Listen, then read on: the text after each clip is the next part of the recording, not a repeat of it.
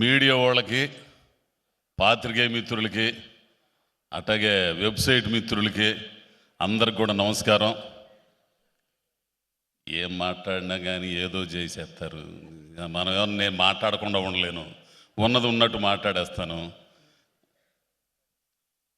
ఈ సినిమా పండగకు వచ్చినట్టయితే మామూలుగా ఎరగదీసి అవతల పడేసేది, కానీ రాకపోవడం చాలా మంచిదైంది. ఇప్పుడు ఎరగదీస్తుంది ఇకనం.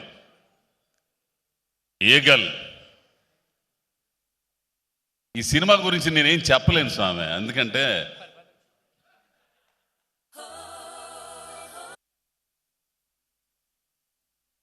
ఏంది మడిసే. ఇప్పుడు కొన్ని సినిమాలని ధైర్యం చాలదు చెప్పాలంటే. నేను చేసిన షూటింగ్ వరకు చూశాను. డబ్బింగ్ చెప్పేటప్పుడు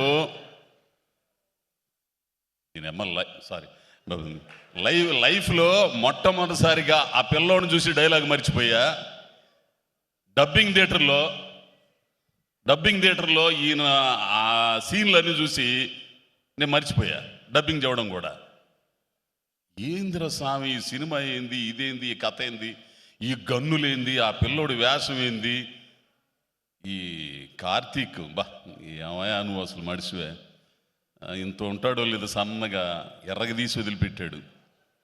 ఈ సినిమా థియేటర్లోనే చూడాలా, ఒక అద్భుతమైన సినిమా.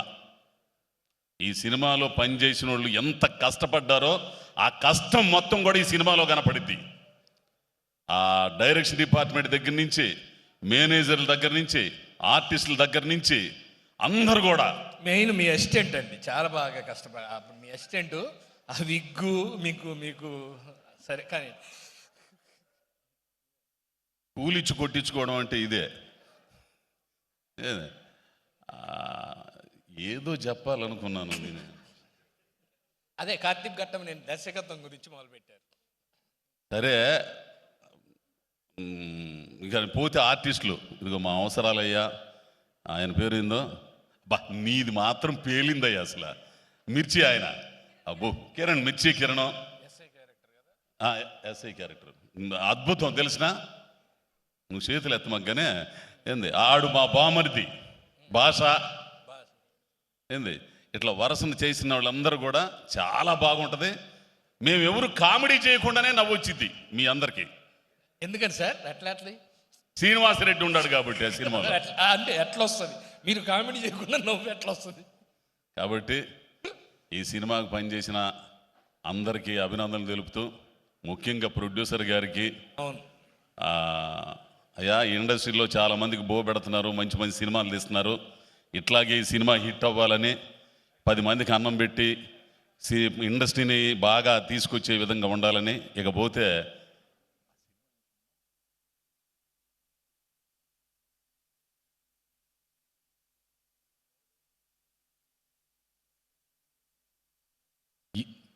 నువ్వేందమ్మా మేమేదో ఈడియట్ సినిమాకి ఫస్ట్ వచ్చాను అబ్బాయి, అన్నపూర్ణ స్టూడియోలో వేషం కోసం వచ్చా ఫస్ట్.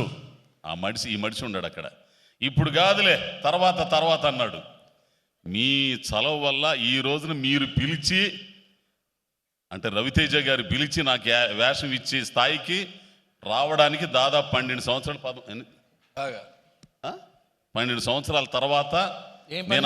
ఈడియట్ ఎప్పుడు 2002 అంటే ఎన్ని సంవత్సరాలు అయినట్టు? 22 సంవత్సరాలు అయింది. ఓడమ్మ బడవ 22 సంవత్సరాల ఆయనతో ఉంటే అంటే అసలు ఏం ఉండదు, ఎటు తిప్పినా అదే డేట్ అంటే. అప్పుడు నుంచి అట్టనే ఉన్నాడు స్వామి ఆయన. సార్ అప్పుడు హెయిర్ భలేగా ఉండేది మీకు. ఎవరిది? అప్పుడు నువ్వు మరీ ఇజ్జే మాకులే. ఏంది అప్పుడు ఇన్నాళ్ళకి మీ పక్కన చేసే అవకాశం నాకు మీ దయతోనే అది వచ్చింది కూడా. ఆ కార్తీక్ ఘట్టమనేని గారు వీళ్ళందరూ చెప్పడం ఇచ్చేస్తా.